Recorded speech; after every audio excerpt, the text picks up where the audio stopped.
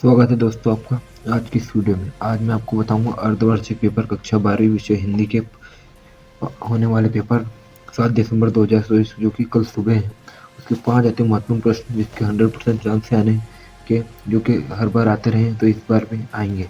तो जल्दी से बिना किसी देरी के हम इन क्वेश्चन की तैयारी कर लेते हैं। सभी 5 क्वेश्चन बहुत ही क्वेश्चन जो हर बार आते रहे हैं और आएंगे इसे इस बार भी। इसकी गारंटी तो है, वैसे बहुत ज़्यादा गारंटी इसके आ सकते हैं, कोई बात नहीं। उसमें आप प्रिपरेशन अच्छे से कर ले। वार्षिक के लिए भी ये काम आएंगे, अर्धवार्षिक के लिए भी काम आएंगे। तो चलिए बिना किसी देर के वीडियो स्टार्ट करते हो, क्वेश्चन की ओर बढ़ते हैं।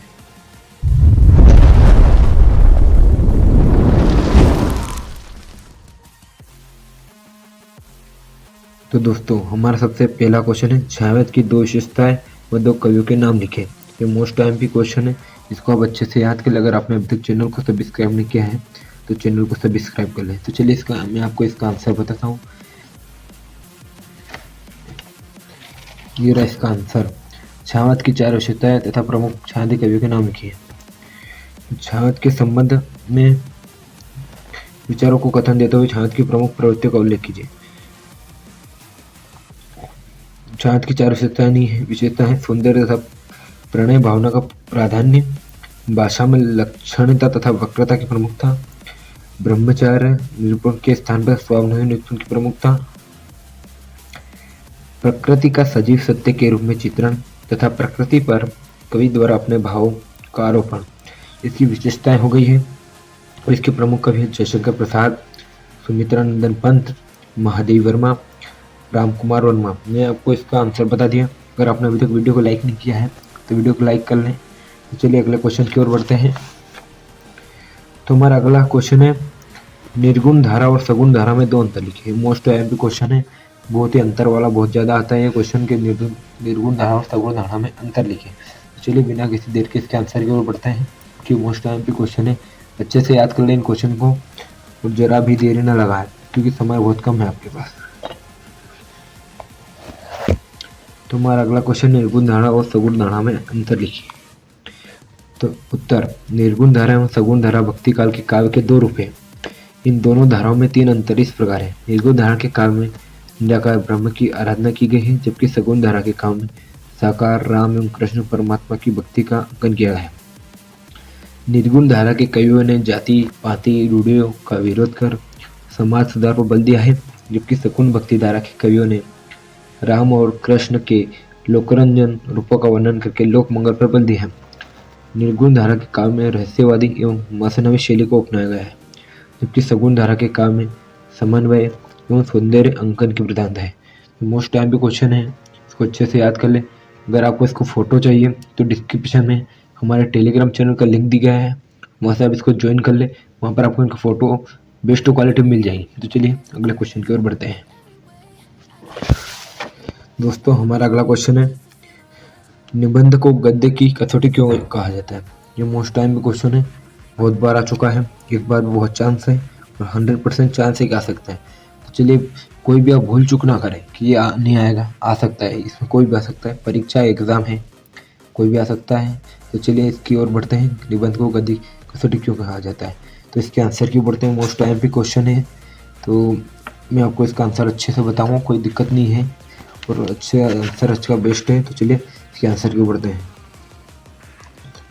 तो यह रहा इसका आंसर, निबंध को गद्य की कसौटी क्यों कहा जाता है।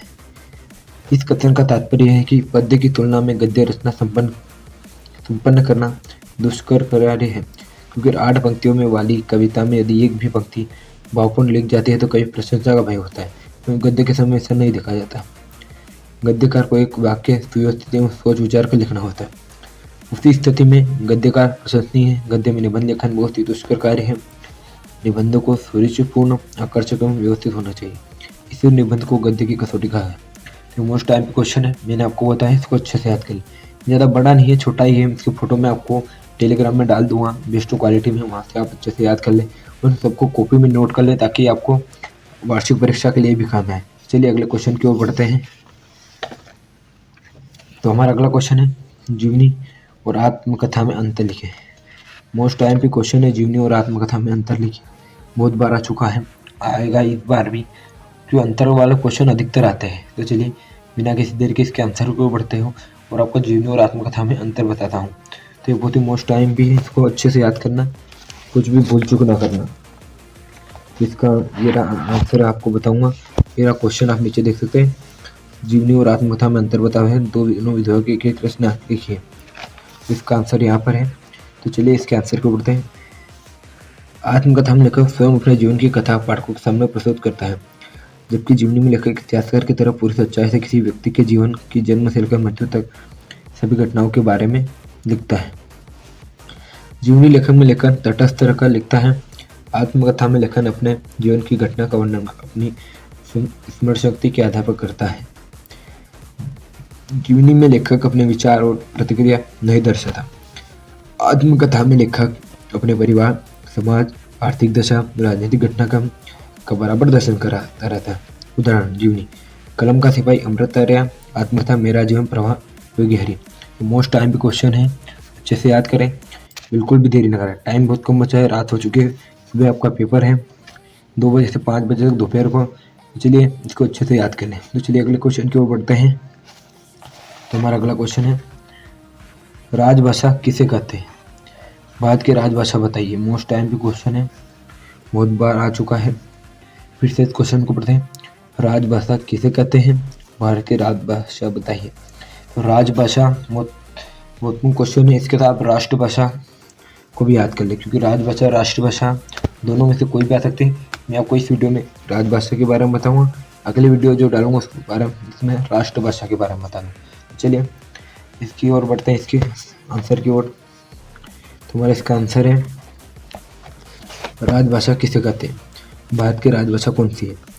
राजभाषा यानी सरकारी कामकाज की भाषा अथवा भारतीय संघ की भाषा है। भारत का संविधान बनाते समय हिंदी को राजभाषा माना गया है। 7 राज्यों में हिंदी राजभाषा है, शेष राज्यों में अपनी अपनी प्रदेशों की भाषा है। राजभाषा बनाने के लिए सरकारी कामकाज की इसी भाषा में होना चाहिए। शिक्षा का माध्यम, कार्य के निर्णय, रेडियो और दूरदर्शन राजभाषा पर होने। तो आप देख सकते हैं कि राजभाषा इसमें बता गया।